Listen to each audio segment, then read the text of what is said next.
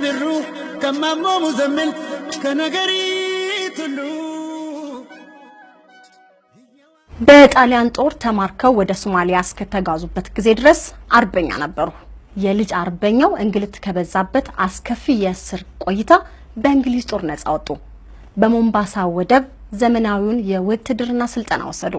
ከእንግሊዝ ጦር ጋር ጣሊያንን እየተዋጉ አዲስ አበባ ገቡና እስከ ጀነራልነት ማዕረግ የዘለቁበትን ረጅሙን የውትድርና ጉዞ ተያያዙት። ዝነኛውን የኮልፌ ዘመናዊ የፈጥኖ ደራሽ ፖሊስ አደራጅተዋል፣ መርተዋል።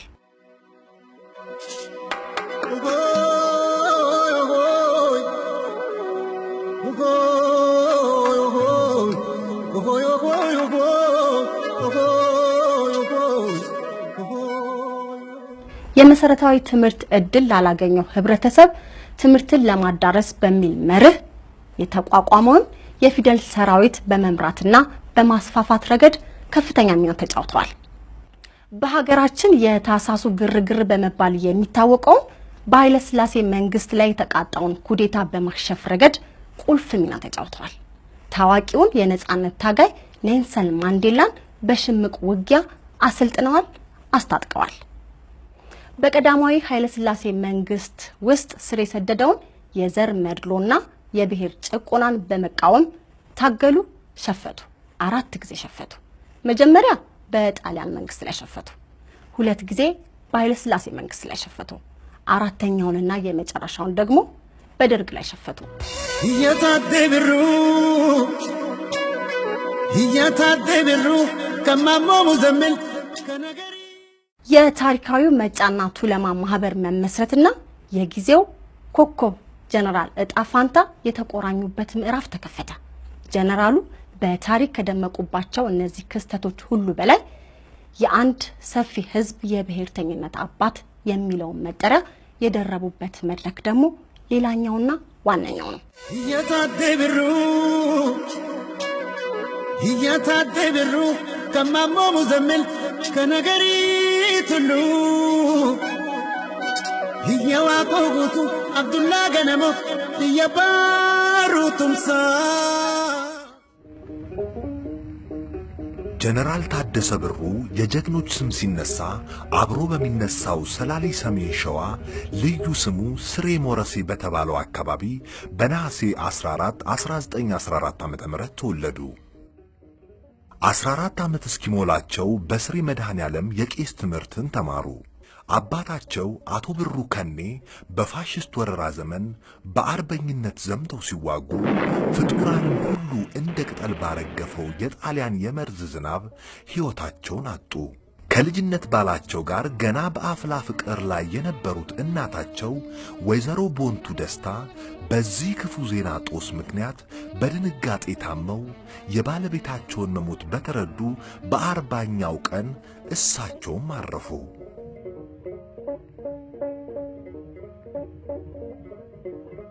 በባዕድ ወረራና ጦርነት በተረበሸ ሀገር ውስጥ ያለ አንዳች መጠጊያና ደጋፊ ብቻውን ለቀረው ታዳጊ ወጣት ታደሰ የዕለት ጉርስን ማግኘት ከባድ ሆነ። ዙሪያው ገደል ሆነ።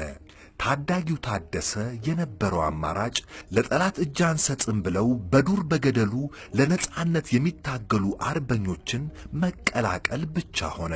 ታዳጊው ታደሰ የደጃዝማች አበራ ካሳን ጦር ተቀላቀለ። ይሁን እንጂ በአርበኝነት ትግሉ ብዙም ሳይቆይ በተስቦ በሽታ በመለከፉ ምክንያት ወደ ትውልድ ቀየው ለመመለስ ተገደደ። በወቅቱ የተስቦ ወረርሽኝ ክፉኛ ተስፋፍቶ ስለነበር ከአንድ ቤተሰብ 11 ሰው ድረስ ረገፈ። በታዳጊው ታደሰ ቀየም ብዙ ጉዳትን አስከተለ።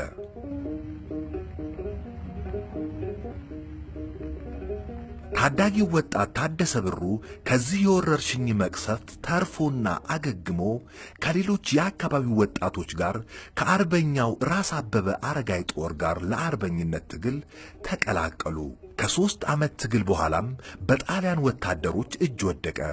በወቅቱ የታጋይ አርበኞችን ሐሞት ለማፍሰስ ምርኮኞችን እንደ መቀጣጫ በስቅላት የሚቀጣው አዋጅ በመሻሩ ምክንያት ከሞት የተረፈው ታዳጊው ታደሰ የጣሊያን ቅኝ ግዛት በነበረችው የጣሊያን ሶማሊላንድ ውስጥ በሚገኘውና ደናሌ ተብሎ በሚጠራው እስር ቤት ታሰሩ። ከ4000 በላይ ኢትዮጵያውያን በታጨቁበት በዚህ የፋሽስት ጣሊያን እስር ቤት ሕይወት ከአቅም በላይ ሆነ። እስር ቤቱ እስረኞች በከባድ የጉልበት ሥራ ቅጣት የሚሰቃዩበት ምድራዊ ሲኦል ነበር ማለት ይቻላል። ጣሊያኖች እስረኞችን ሁሉ በየሙያቸው ለሥራ ሲደለድሉ እንደ ወጣቱ ታደሰ ያሉትንና የተለየ ሙያ ያልነበራቸውን ወጣቶች ከባድ የጉልበት ሥራ በሆነው በጋሪ ጉተታ የቀን ተቀን እስር ቤት ሕይወታቸውን መግፋት ጀመሩ። ለወጣቱ ታደሰ በዚህ እስር ቤት ነፍስን ማቆየት ፈታኝ የዕለት ተዕለት ትግል ነበር ማለት ይቻላል። ቀለል ባሉ ሥራዎች ላይ የተሰማሩ የሥጋ ዘመዶቹ የሆኑ እስረኞች በድብቅ ተጨማሪ ምግብ ይመግቡት ስለነበርና ሰውነቱም አድካሚውን የጉልበት ሥራ ለመቋቋም በመቻሉ ከበረሃው ሙቀት ጋር ተደምሮ ይህንን ከባድ የጉልበት ሥራ ሰውነታቸው መቋቋም እያቃተው ብዙ ወጣቶች ደም ተፍተው ሕይወታቸውን ባጡበት በዚህ አስከፊ የጠላት እስር ቤት ወጣቱ ታደሰ በሕይወት ለመቆየት ቻለ። በ1932 ዓመተ ምህረት ወራሪውን የጣሊያን ጦር ለማስለቀቅ የኢትዮጵያ አጋር ሆኖ የመጣው የእንግሊዝ ጦር ከዚህ ስቃይ ከተሞላበት እስር ቤት ሲሰቃዩ የነበሩ ኢትዮጵያውያን ነፃ ወጡ። ወጣቱ ታደሰ ብሩ በእንግሊዝ ጦር ለወታደርነት ተመልምሎ የኬንያ የወደብ ከተማ በሆነችው ሞምባሳ ከሌሎች ኢትዮጵያውያን ጋር ወታደራዊ ስልጠና ወሰደ። በስልጠናው ላይ ባሳየው ልዩ ብቃት የ50 አለቅነት ማዕረግ ያገኘው ታደሰ በጄኔራል ዊንጌት ከሚመራው ጦር ጋር ተሰልፈው እየተዋጉ ወራሪውን ፋሽስት አባረው አዲስ አበባ ለመግባት ከቻሉት ጀግኖች ውስጥ አንዱ ለመሆን ቻለ። ጄኔራል ታደሰ ብሩ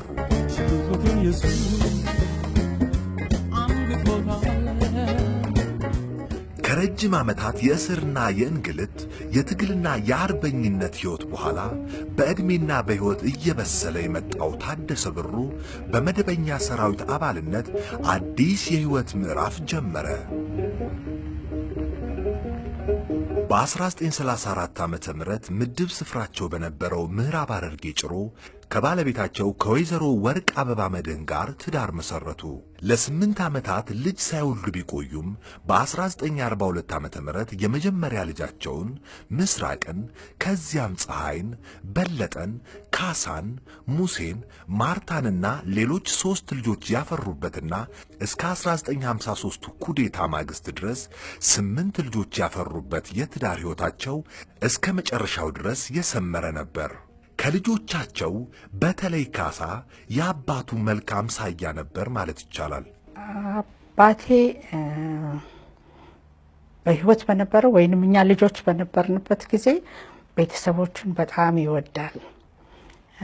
ለቤተሰቦቹ የተለየ እንትን አለ፣ አስተያየት አለው።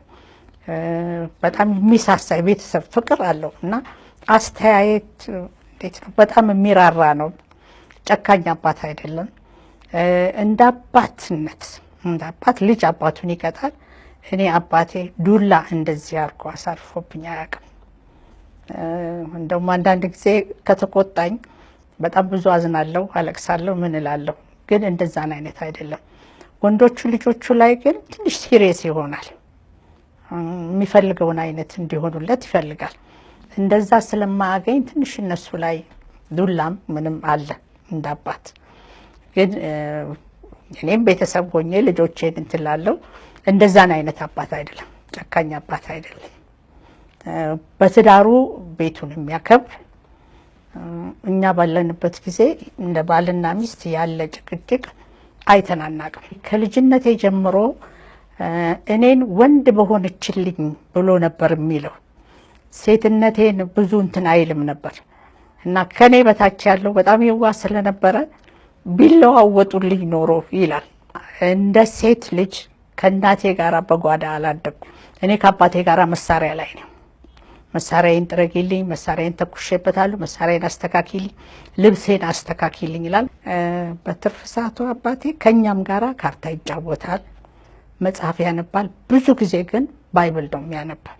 ባይብል ያነባል፣ የውጭ መጽሐፎች ያነባል፣ ታሪክ ያላቸውን እና ሚሊተሪ ነክ የሆኑ ነገሮች ያነባል። ጋዜጣ መስሪያ ቤቱ ነው እንትን የሚለው፣ ያነበበውን ይዞ ወደ ቤት ያመጣል ለኛ እንድናነብ። እኛ ግን ጋዜጣ አንባቢዎች አይደለንም። ነገሩ እሱ ወደኛ ያመጣል።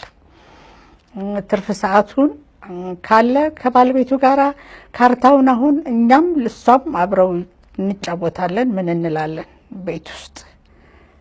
ግን ወደዚህ በጫና ቱለማ ወደ ፖለቲካው ከገባ በኋላ አባባ በጣም የተለየ ሰው ነበር። ማለቴ ለእንደዚህ አይነት ጊዜ የለውም። ቁጭ ብሎ ራሱ የሚናደደው ነገር አለ። ያለውን ውጭ ያለውን እንትን እያለ የሚናደድበት ጊዜ አለና ቤት ውስጥ ወዲያ ወዲህ ይሄዳል፣ ወዲያ ወዲህ ይሄዳል። ያ ምንድነው አንዳንድ ጊዜ ምን ሆነሃል ምናምን ስትለው በቃ ተውኝ እስቲ ራሴን እንትን ልበል ተውኝ የሚልበት ጊዜ አለ። ሰዎች ወታደሮች ጥፋት ሲያጠፉ እኔን ነው ለምኝልን የሚሉት። በዚህ አጋጣሚ መጥቼ እንደዛ አድርጌ እለምናለሁ። ይገባዋልና ምንድነው ትፈልጊው ንገሪኝ ይላል። ያኔ እናገራለን። ሲናደድም አባትሽ እንደዚህ ሆኗልና እስቲ ሂጂ አናግሪ ይሉኛል። መጥቼ አናገራለሁ። ያውቃል ልመና መሆኑን ያውቃልና ለኔ አይጨክንም፣ በቃ አይጨክንም ለኔ።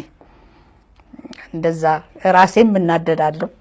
ራሴን በምናደድበት ጊዜ አንዳንዴ አንድ ቀን በጣም እንትን ብሎ ነይ ቁጭ በይ አለኝ። ቁጭ በይና እኔ በህይወቴ ያለው እንደዚህ አይነት ሆነሽ ማየት አልፈልግም። እኔ ሳላይሽ ግን እንደፈለግሽ ሁኚ እና እኔ አባቴ ሌሎች አባቶች አሉ እና ያለው ለኔ በጣም የተለየ ነው። ለዚህ ነው የምወደው፣ ከምንም በላይ ወደዋለሁ። እሱም ያውቃል። ጨካኝም ነች ይለኛል አንዳንዴ። ትንሽ እንግዲህ ከሱ እንትን ያልኩት ነው እንግዲህ ጎበዝ ነሽ እየተባልኩ ስላደኩኝ ጭከናውም ከዛ ይመጣ ሊሆን ይችላል። ምንም ነገር አልፈራም። በዚያው ትዳር በመሰረቱበት በ1934 ዓመተ ምህረት ወደ ሆለታ የመኮንኖች ማሰልጠኛ ትምህርት ቤት ተልከው ወታደራዊ ትምህርት በመከታተል በመቶ አለቅነት ማዕረግ ተመረቁ።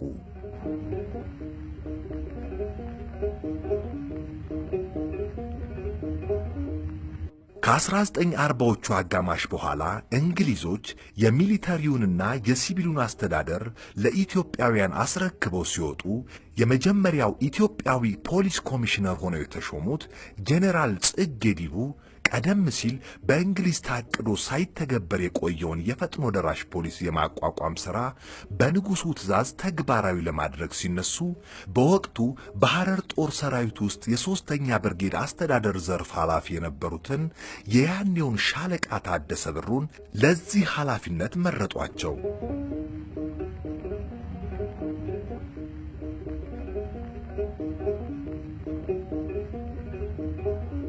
በ1947 ዓመተ ምህረት የያኔው ሻለቃ ታደሰ ብሩ የፈጥኖ ደራሽ ፖሊስ ሰራዊት የማደራጀቱን ኃላፊነት በሌተናል ኮሎኔል ማዕረግ ተረከቡ።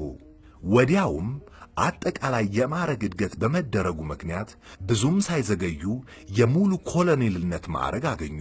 ይህን በአይነቱና በተልኮ ልዩ የሆነውን የፈጥኖ ደራሽ ፖሊስ ሰራዊት አደራጁ። የፈጥኖ ደራሽ ፖሊስ ሰራዊት መሰረቱን በጣሉት የእንግሊዝ ጦር መኮንኖች ምክንያት በመዋቀሩ በአደረጃጀቱ ብቃት ባላቸው መኮንኖችና በታጠቀው መሳሪያ ጥራት በጊዜው እጅግ ዘመናዊ ተደርጎ የሚጠቀስ ሰራዊት ነበር። ከታህሳስ 56 ዓመተ ምህረት ጀምሮ እስከ 59 ድረስ ፈጥኖ ደራሽ በየቀኑ መላለስ ነበር የፖሊስ ውሻ ትሬኒንግ እሰጥ ነበር እኔ ጀርመን ሀገር የተማርኩት ስለ ፖሊስ ውሻ ነው የፈጥኖ ደራሽ ሰራዊት አዛዥ የሆኑት ኮሎኔል ታደሰ ብሩ ለዋናው ፖሊስ ሰራዊት ምክትል አዛዥ በመሆን በሁለቱም የኃላፊነት ደረጃዎች በከፍተኛ ትጋትና ብቃት ማገልገል ጀመሩ።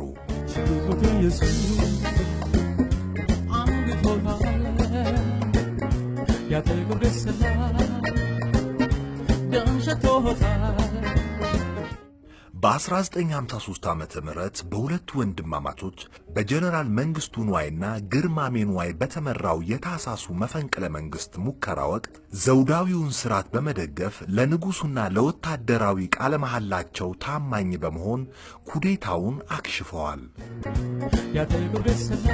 የያኔው ኮሎኔል ታደሰ ብሩ ቀድሞ መረጃ ለማግኘት በመቻላቸው የአማጺውን የክብር ዘበኛ ጦር በአራተኛው ክፍለ ጦር ላይ ጥቃት ሊሰነዝር ያቀደበትን ሚስጥርና ወሳኝ ሰዓት በማወቃቸውና ሌሎችን በማስጠንቀቃቸው የአራተኛው ክፍለ ጦር ሰራዊት ከስፍራው አፈግፍጎ እንዲመሽግ ተደረገ። በክፍለ ጦሩ ላይ የታለመው የከባድ መሳሪያ ውርጅብኝም በባዶ ካምፑ ላይ አረፈ። ኮሎኔል ታደሰ ብሩ በኩዴታው ምክንያት በጦሩ መካከል ተፈጥሮ በነበረው ግጭት የብዙ ሰው ሕይወት አተረፉ። ዴፊኒትሊ ክብር ዘበኛ ያሸንፋል የሚል እምነት ነው የነበራቸው። ይሄ ነገር ያንም ጥርጣሬ ነበረ። ፖሊሶች ውስጡ ነበሩ ተብሎ ጥርጣሬ ነበረ። የጀነራሉ ቃል ነው ያረጋገጠልኝ። እንዲህ ያለ ኩዴታ ውስጥ እኮ ያን ጊዜ ምን ነበርኩ ብሎ ጊዜው ካለፈ በኋላ ይነገረኝ። ጀነራል ታደሰ እንግዲህ ሊያቋርጡ የቻሉበት ምክንያት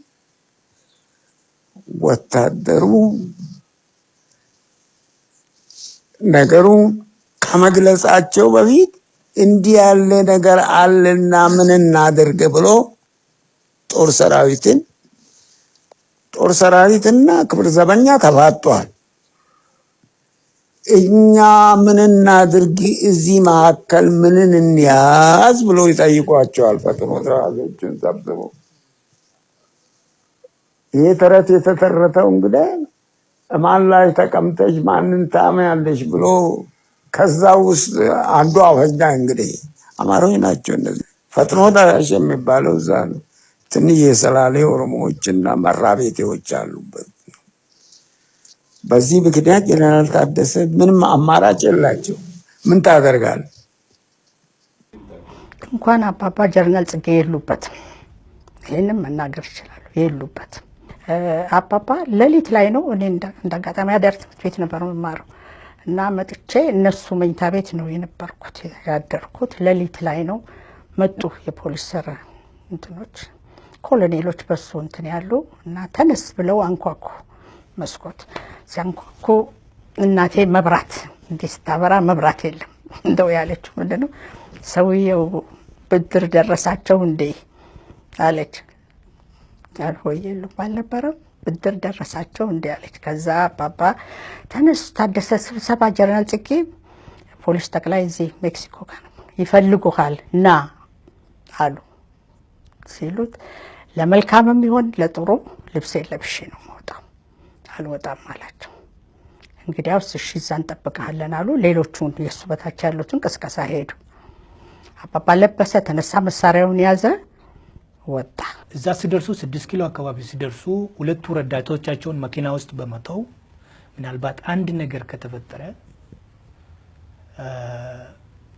ብለው ኮዲም ተለዋውጦ ምናልባት ተይዞም ከኋላቸው ከሄዱ በእሳቸው ትእዛዚውን በግዳጂውን የምለውን በኮድ ተለዋውጦ እሳቸው መኪና ውስጥ ቲቷቸው ሄዱ።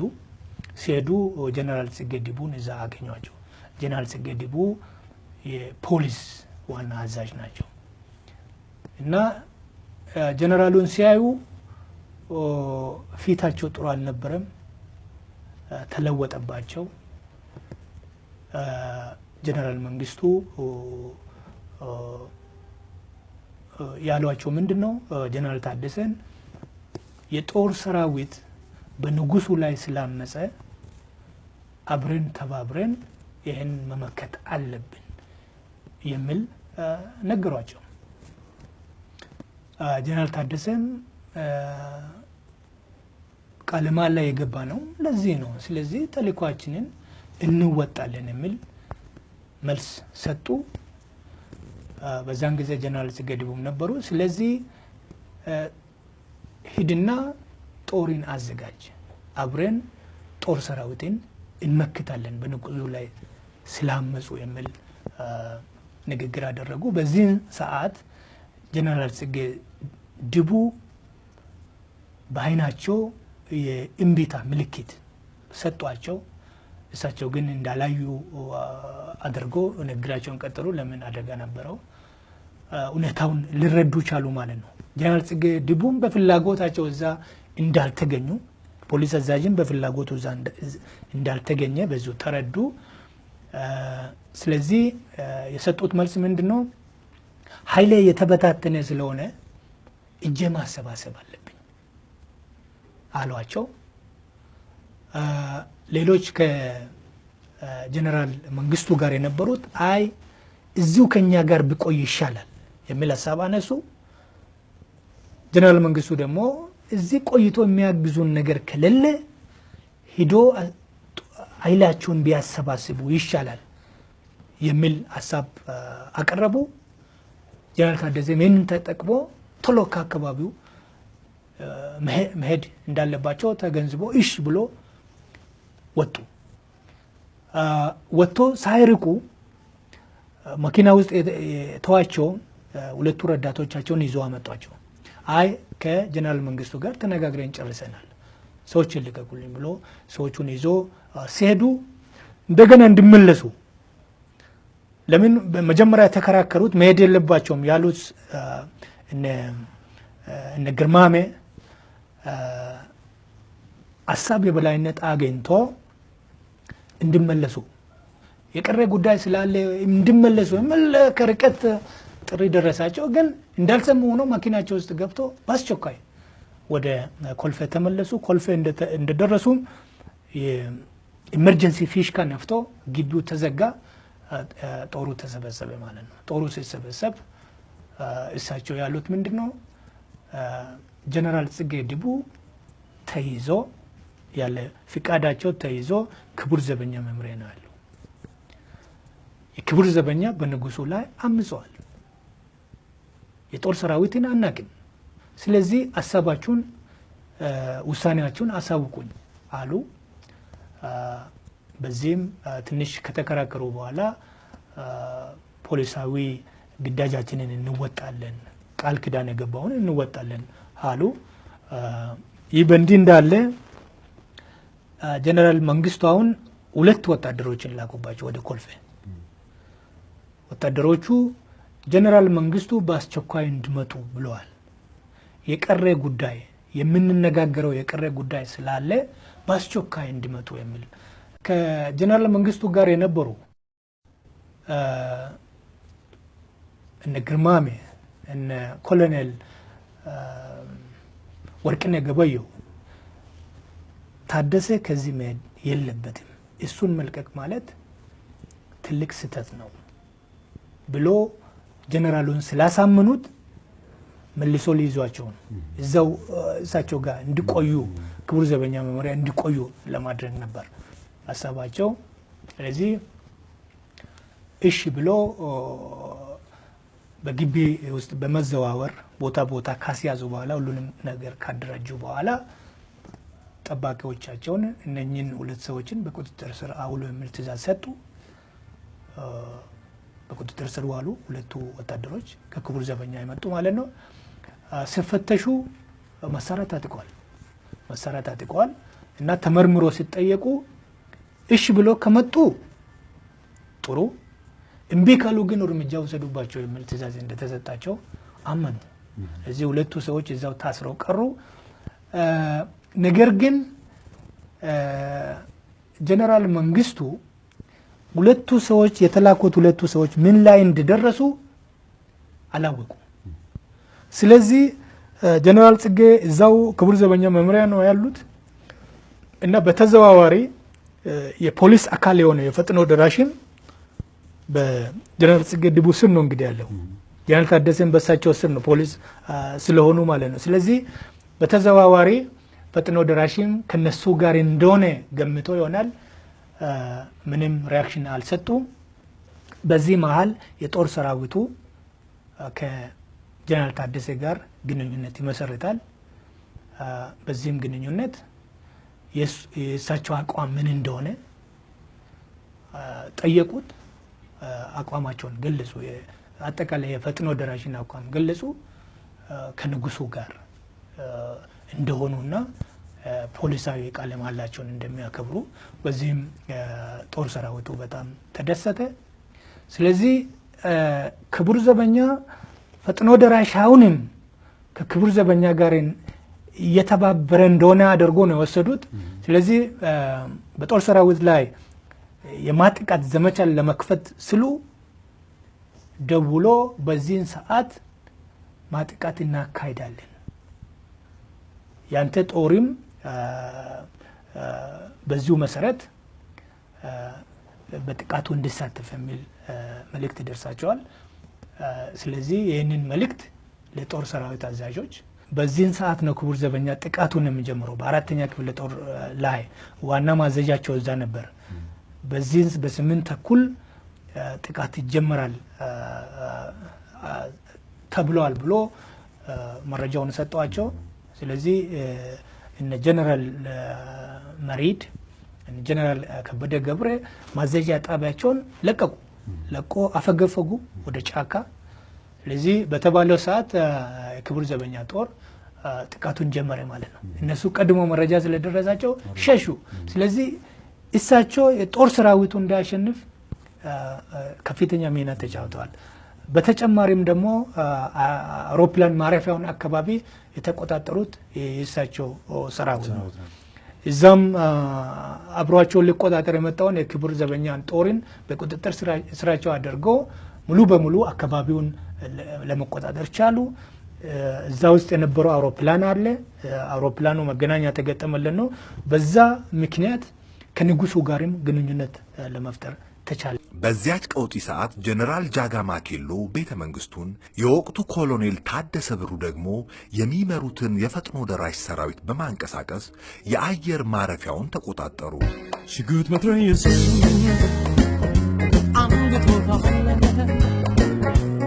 በአየር ማረፊያውም ከቆመው አውሮፕላን ውስጥ በነበረው የሬዲዮ መገናኛ በመጠቀም በወቅቱ ብራዚል ጉብኝት ላይ ከነበሩት ንጉሥ ቀዳማዊ ኃይለ ሥላሴ ጋር በቀጥታ ግንኙነት በማድረግ ሁኔታውን በቁጥጥር ስር አደረጉ።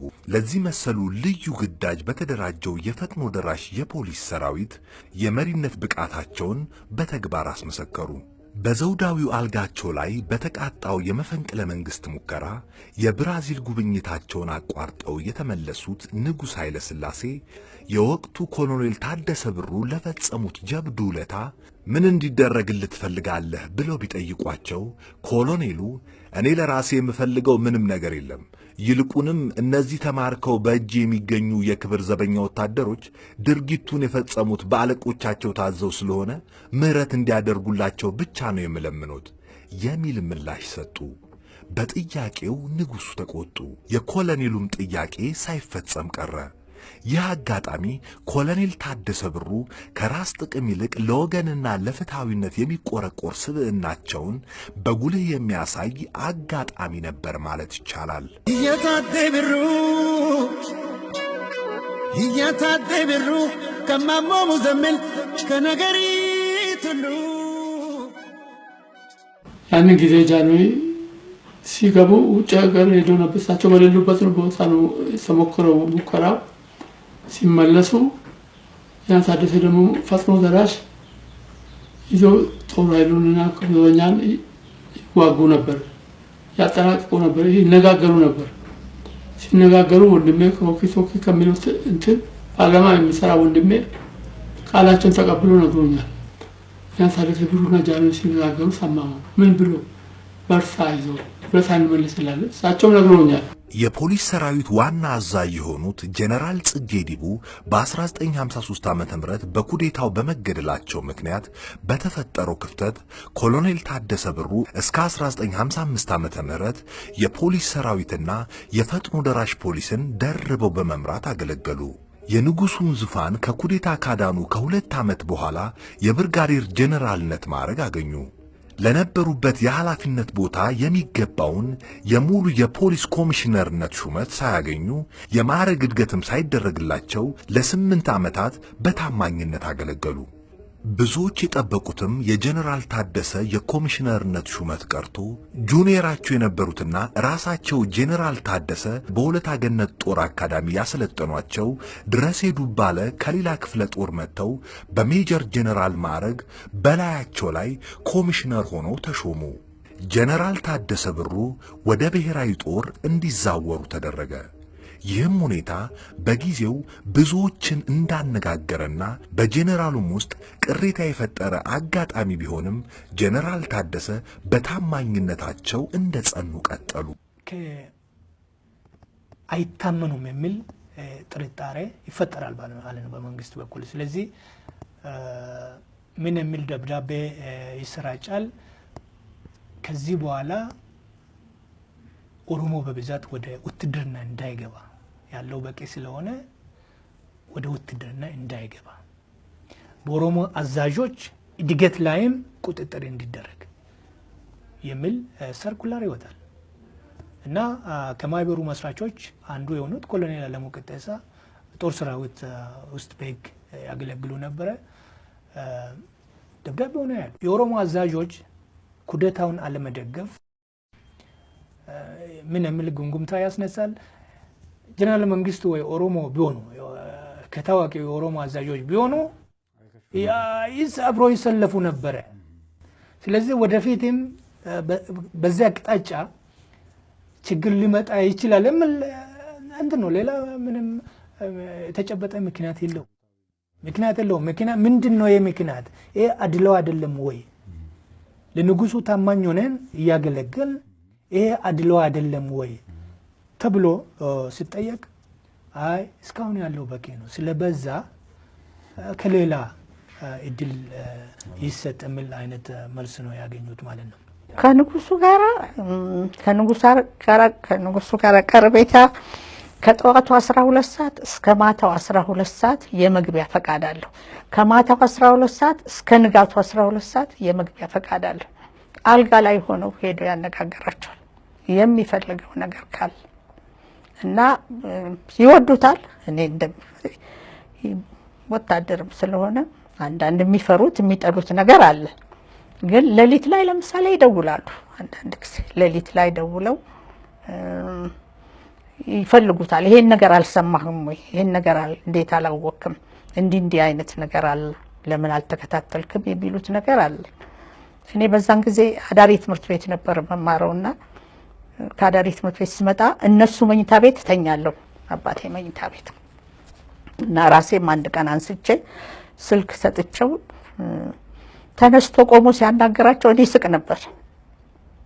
ቆሞ ያናገራቸው ነበር ካልጋ ላይ ተነስቶና እኔ እየሳኩበት በኋላ ስልኩን ከዘጋ በኋላ ባለጌ ነሽ እንዴት ትስቂያለሽ አለ። የት ያዩሃል? አልጋ ላይ ተኝተህ ብታናገራቸው የት ያጋሉ? የት ያያሉ ብዬ ስል እሳቸው ያያምን ያየኛል። ስለዚህ እንደዚህ አይሆንም ብሎ በቃ እኔን ነው የተቆጣው። እንግዲህ እና ፍቅር ያላቸው ይወዱታል። እንደ ሌሎቹ እንደሳቸው ባለስልጣኖች ሌባ አይደለም፣ ጉብኛ አይደለም፣ ተርመጥማጭም አይደለም። ተርመጥማጭና ይሄ እንትን የሚል አይደለም። ስራውን ያከብራል፣ በስራው ይተማመናል። ሌላ እንትን የሚለው ነገር የለም። ይሄ እንዲህ ነው ይሄ ምናምን የሚል የለም። እግዚአብሔርን ይፈራል። ደሃን ይወዳል። አባቴ ደሃን ይወዳል። በገንዘብ የማይገዙ በስልጣን የማይገዙ በምንም ደግሞ ተፈጥሯቸው ርኅሩህ ናቸው።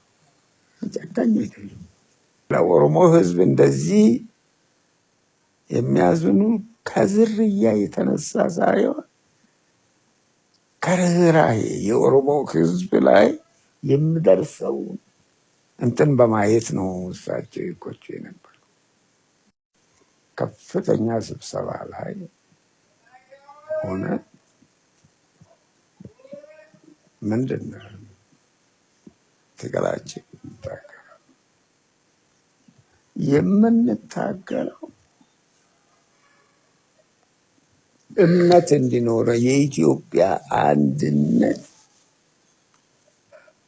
በምንም አይነት በኢትዮጵያዊነታችን አምነን ትግሉን እናካሂድ። ኢትዮጵያዊነት የሁላችንም እና እንታገል። ይሄ መገንጠል ነገር ጨርሷል። በኢትዮጵያዊነታችን ታገል አሉ። ከሁሉም የሥራ ባልደረቦቻቸው ጋር መልካም ግንኙነት የነበራቸው ጀነራል ታደሰ በተለይም በወቅቱ ጠቅላይ ሚኒስትር ከነበሩት ከአክሊሉ ሀብተወልድ ጋር መልካም ወዳጅነት የነበራቸው በመሆኑ በሚደርስባቸው መሰል አስተዳደራዊ በደሎች ጠቅላይ ሚኒስትሩ ያጽናኗቸው፣ ይደግፏቸውና ያበረታቷቸው ነበር። ጀነራል ታደሰ ለሥራ ጉብኝት ወደ ጀርመን ሀገር በተጓዙበትም ወቅት ጠቅላይ ሚኒስትር አክሊሉ ለስንቅ እንዲሆናቸው ከኪሳቸው $600 አውጥተው እስከ መስጠት ድረስ የደረሰ ወዳጅነት ነበራቸው። ጠቅላይ ሚኒስትሩ ያንን የኦሮሞ ኬስ ከመናገራቸው በፊት ጠቅላይ ሚኒስትሩ ከተማ ይፍሩ አባባ በጣም ወዳጆች ነበር። በጣም የቅርብ ወዳጆች እና አንዳንድ ጊዜ እንደውም ጠቅላይ ሚኒስትሩ አሉ ብሎ የሚለው ነገር አለ። እኔ እኮ የስም ጠቅላይ ሚኒስትር ነኝ የሚሉት ነገር ነበር እና ሚሊተሪ ስለሆነ አባባ በዛ የሚፈልጉት ነገር ያለ ይመስላል። እንዴ ራሳቸው ጥበቃ እኮ አንድ ነገር ቢደውል እኮ ጀነራል ታደሰ እኮ ወታደር ይልካሉ። በጣም ኃይለኛ ወታደር ነበር እኮ። መሳሪያቸውም ሌላ ነው፣ አውቶማቲክ የሚተኩስ ነው የሚፈጽሙ ዘራሽ። ትጥቃቸውም ሌላ ነው።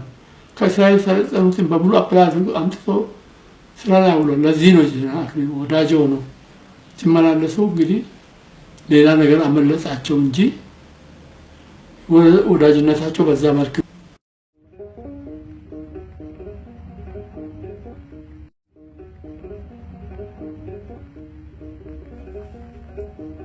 በ1955 ዓመተ ምህረት ኔልሰን ማንዴላ የአፍሪካ አንድነትን ለመመስረት በተደረገው የአፍሪካ መሪዎች ስብሰባ ላይ በመገኘት ጥቁር ደቡብ አፍሪካውያን ከአፓርታይድ የቅኝ አገዛዝ ነፃ ለማውጣት ለሚንቀሳቀሰው አፍሪካ ብሔራዊ ኮንግረስ ወይም ኤኤንሲ ተብሎ ለሚጠራው ፓርቲያቸው ድጋፍ አሰባስበው ከሄዱ በኋላ ሌሎች የአፍሪካ ሀገራትን ጎብኝተው ለወታደራዊ ስልጠና ተመልሰው ወደ አዲስ አበባ መጡ። በጊዜው ዴቪድ ሞሶማይ በሚል ስም ይንቀሳቀሱ የነበሩት ኔልሰን ማንዴላ በኮልፌ ፈጥኖ ደራሽ ፖሊስ የሽምቅ ውጊያ ወታደራዊ ስልጠና ወስደዋል።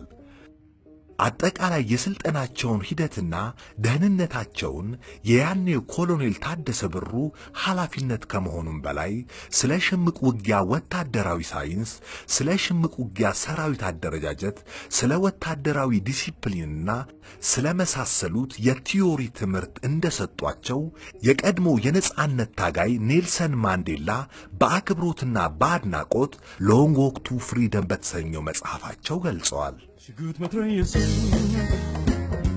አንገቶታል ያጠቁ ገስታ ደምሸቶታል ሽጉጥ መትረየሱ አንገቶታል ያጠቁ ገስታ ደምሸቶታል። ዛሬ ለዓለም ሁሉ የነጻነት ተምሳሌት የሆኑት ታላቁ ኔልሰን ማንዴላ እንደ ዛሬው ስማቸው ሳይገን ያኔ በእንግድነት በቆዩባት አዲስ አበባችን በተራው ሕዝብ ዘንድ ጨርሶ አይታወቁም ነበር። እኛ ረጅም ጥቁር ጎልማሳ ይታዩ የነበረው እንደ ማንኛውም ሀገር ጎብኚ ወይም የጎረቤት ሀገር ሰው ነበር። ይህ ሽፋን በሰጣቸው ነጻነት ምክንያት በተለያዩ ማህበራዊ ደረጃ ላይ ከነበሩ ኢትዮጵያውያን ጋር ሰዋዊና ተራ ማህበራዊ ግንኙነቶችን ለማድረግ ችለውም ነበር። በተለይ ከምድብ አሰልጣኛቸው ሻምበል ፍቃዱ ዋኬኔ ጋር ከሥራ በኋላ በጀነራል ታደሰ ኦፔል የቤት መኪና እየተዘዋወሩ በወቅቱ የከተማዋ ሞቅ ያለች መዝናኛ ደጃቹቤ ሰፈር ወይም ውቤ በረሃ አልፎ አልፎ ይዝናኑም ነበር። ተከለከላሉ ያንተ አደባባይ ተከለከላሉ ያንተ አደባባይ ካገኘው ማለፊያ እኔ አልመጣም ወይ ተከለከላሉ። የጊዜዋን ዝነኛ አቀንቃኝ ሜሪ አርምዴ የምሽት ክበብ አልፎ አልፎ የሚጎበኙ ነበር። ሜሪ አርምዴም ከማንዴላ ጋር በተለያየ ጊዜ ስትጨዋወት እንቅፋት እየሆነ ያስቸገረውን የቋንቋ ልዩነት እያማረረች አንተ ሰው እኔ የምለው አይገባህ የምትለው አይገባኝ ግራ ይግባህና ግራ እንዳጋባኸኝ ስትል በፍቅር የቀለደችባቸው ዛሬም ድረስ ሲነገር ይሰማል። ግራ ግባህና ግራ እንዳገባኸኝ ሜሪ አርምዴ ስትነሳ ሌላይቷ ደቡብ አፍሪካዊት ኮከብ የሙዚቃ አቀንቃኝና የነጻነት ታጋይ ማርያም ማኬባ ትታወሳለች። የጥንቱ ትዘኔ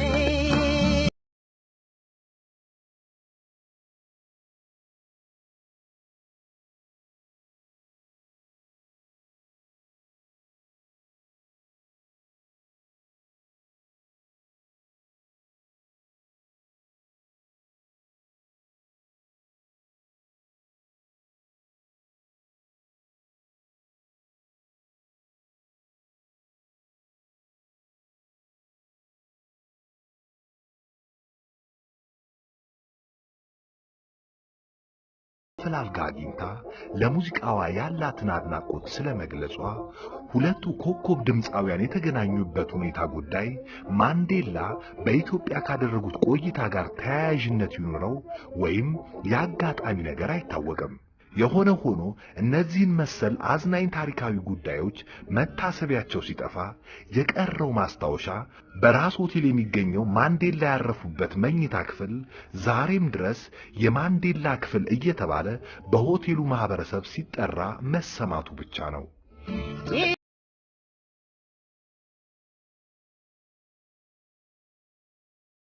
ጄኔራል ታደሰ ብሩ በኢትዮጵያ ሕዝብ ስም ለማንዴላ አንድ አውቶማቲክ ሽጉጥ ከ200 ጥይት ጋር ስጦታ ሰጥተው አስታጥቀው አበረታተው ሸኝተዋቸዋል። ስለዚህም ጉዳይ ኔልሰን ማንዴላ ሎንግ ዎክ ቱ ፍሪደም በተባለው መጽሐፋቸው ላይ ገልጸዋል።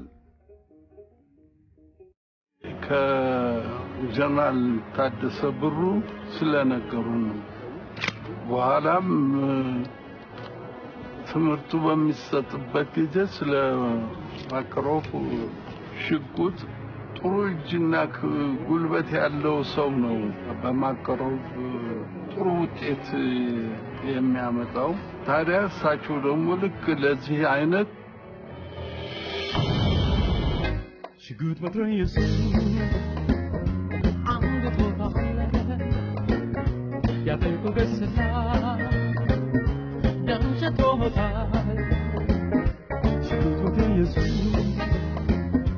አንገቶታል ያጠቁ ገስላ ማንዴላ ከመታሰራቸው ጥቂት ቀደም ብለው የቀበሩት የዚህ ሽጉጥ ፍለጋ በጆሃንስበርግ ከተማ በተጠናከረ ዘመቻ ቀጥሎ ነበር። እንደታሰበው በቁፋሮ ተገኝቶ ቢሆን ኖሮ ለዚያ ሽጉጥ ታሪካዊ ቅርስነት በገንዘብ ዋጋ ሲተመን ከ3 ሚሊዮን ዶላር በላይ ተገምቶ ነበር። ዳሩ ሳይገኝ ቀረ። በዚህ ታሪካዊ ሽጉጥ መነሻነት ማንዴላስ ገን የተሰኘ ባለብዙ ሚሊዮን ዶላር በጀት ፊልም ከፈረንጆች 2013 ዓመተ ምህረት ጀምሮ በእንግሊዝ የፊልም ኩባንያ በመሰራት ላይ ይገኛል። ሽጉጥ መትረየስ አንገቶታል ያጠቁ ገስላ ደምሸቶታል። ማንዴላ በአዲስ አበባ ኮልፌ ፈጥኖ ደራሽ ፖሊስ ማሰልጠኛ በስልጠና ላይ በነበሩበት ወቅት የደቡብ አፍሪካው የአፓርታይድ መንግስት በኔልሰን ማንዴላ ላይ የግድያ ሙከራ ሴራ ጠንስሶ ነበር። የግድያውንም ሴራ ከደቡብ አፍሪካ በመጡ ወኪል መልእክተኞች በኩል ለማስፈጸም ታቅዶ ነበር። ጀነራል ታደሰ ብሩ የማንዴላ ደህንነት ጠባቂ አድርገው የመደቧቸው መቶ አለቃ ጉታ ስለ ሴራው መረጃ አግኝተው ሪፖርት በማድረጋቸው ጀነራል ታደሰ በፍጥነት አስፈላጊውን እርምጃ ወስደው ማንዴላን ከሞት ለመታደግ መቻላቸው ይጠቀሳል። አንተ ተራ ጊዜ ነገ ያንተ ተራ ስለሆነ እንዳላጣ ጠባቂ ዛሬውኑ ይሄን ብር እንሰጣለን፣ ብሩንና ካሜራውን እንሰጣለን። ብሩን ወደ ኢትዮጵያ ብር መንዝለን ለዘመዶች ትሰጣለህ። አንተና እኔ ግን ማንዴላን በመስኮት ገብተህ በገመድ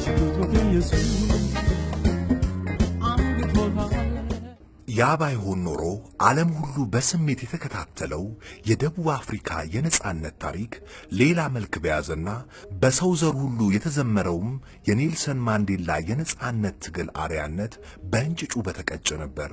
ለዚህም ነው ጀነራል ታደሰ ብሩ ከሀገራቸው አልፈው በደቡብ አፍሪካ ሕዝብ የነጻነት ትግል ታሪክ ውስጥ ጉልህ አሻራ ትተው ያለፉ ታጋይ ለመሆን መብቃታቸው በብዙዎች ዘንድ ሲነገር የሚኖረው።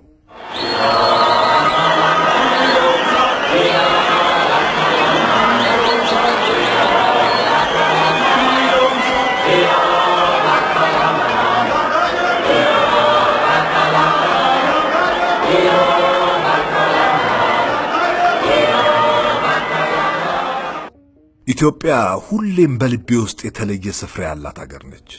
ወደ ኢትዮጵያ መጓዝ ለኔ ከታላላቆቹ የአውሮፓ ሀገሮችም ሆነ ወደ አሜሪካ ከሚደረግ ጉዞ የበለጠ መስህብነት አለው። ወደዚያች ሀገር ለመሄድ ስነሳ የተሰማኝ ስሜት የአፍሪካዊ ማንነቴ ስረ መሰረትና ምንጭ ፍለጋ የመጓዝ ያህል አጓጊ ነበር። ከንጉሱም ጋር እጅ ለእጅ መጨባበጥ ከራሱ ከታሪክ ጋር የመጨባበጥን ያህል የሚያኮራ ስሜት ነበር ሲሉ ለኢትዮጵያ ያላቸውን ይህን የመሰለ የአድናቆት ስሜታቸውን ሎንግ ዎክ ቱ ፍሪደም በተሰኘው መጽሐፋቸው ከትበዋል። ኔልሰን ማንዴላ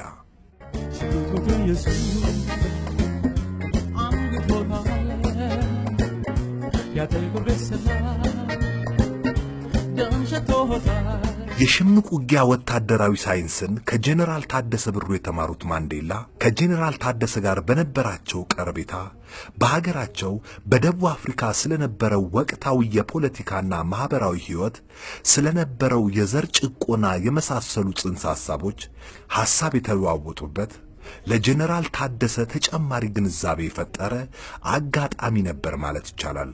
ማንዴላ ምንም እንኳ ሀገራችንን ቢወዱ ህዝቦቿ ለነጻነታቸው ያደረጉትን ትግል ቢያከብሩም ትዝብታቸውንም አልሸሸጉም። ወደ ጉዟችን መዳረሻ የንጉሱ መቀመጫ ከተማ ወደ ሆነችው አዲስ አበባ ስደርስ ግን ደንግጫለሁ። ከተማዋ ከጠበቅኩት በተቃራኒ ሆና ነው ያገኘኋት። ከቤተ መንግስቱ ከዩኒቨርሲቲውና ካረፍኩበት ራስ ሆቴል በስተቀር ሌላው የተቀረው እንዲያው ነው። ከተማዋ ባሏት ጥቂት የተሸረሸሩ መንገዶች ላይ ከመኪኖች ይልቅ በጎችና ፍየሎች ከሚተራመሱባት ጎዳናዎቿና አነስተኛ መጠን ያላቸው ህንጻዎቿ ጋር ስትታይ በጆሃንስበርግ ከማውቃቸው ዝቅተኛ መንደሮች ጋር እንኳን የምትወዳደር አልነበረችም ሲሉ አስፍረዋል። በንጉሱ ጠቅላይ መዳፍ ስር የነበረችው የያኔዋ የ50ዎቹ ኢትዮጵያ በዘመናዊነትና በሁለንተናዊ የልማት ጎዳና ወደ ኋላ የቀረች በመሆኗ ስለ ፍቅሯ ለማየት የጓጉት ኔልሰን ማንዴላ የነበረችበትን ነባራዊ ፖለቲካዊም ሆነ ኢኮኖሚያዊ ህይወት ሲገልጹ ኢትዮጵያ የነጻነት ተምሳሌትነቷን ያህል የዲሞክራሲ አርያም አልነበረችም። ምንም አይነት የፖለቲካ ፓርቲ የሌለባት እዚህ ግባ የሚባል ስልጣን ያለው የመንግስት አካልም ሆነ የስልጣን ክፍፍል ብሎ ነገር የሌለባት ንጉሱ ብቻ የህግና የሁሉ ነገር የበላይ ፈላጭ ቆራጭ የሆኑባት ሀገር ነች።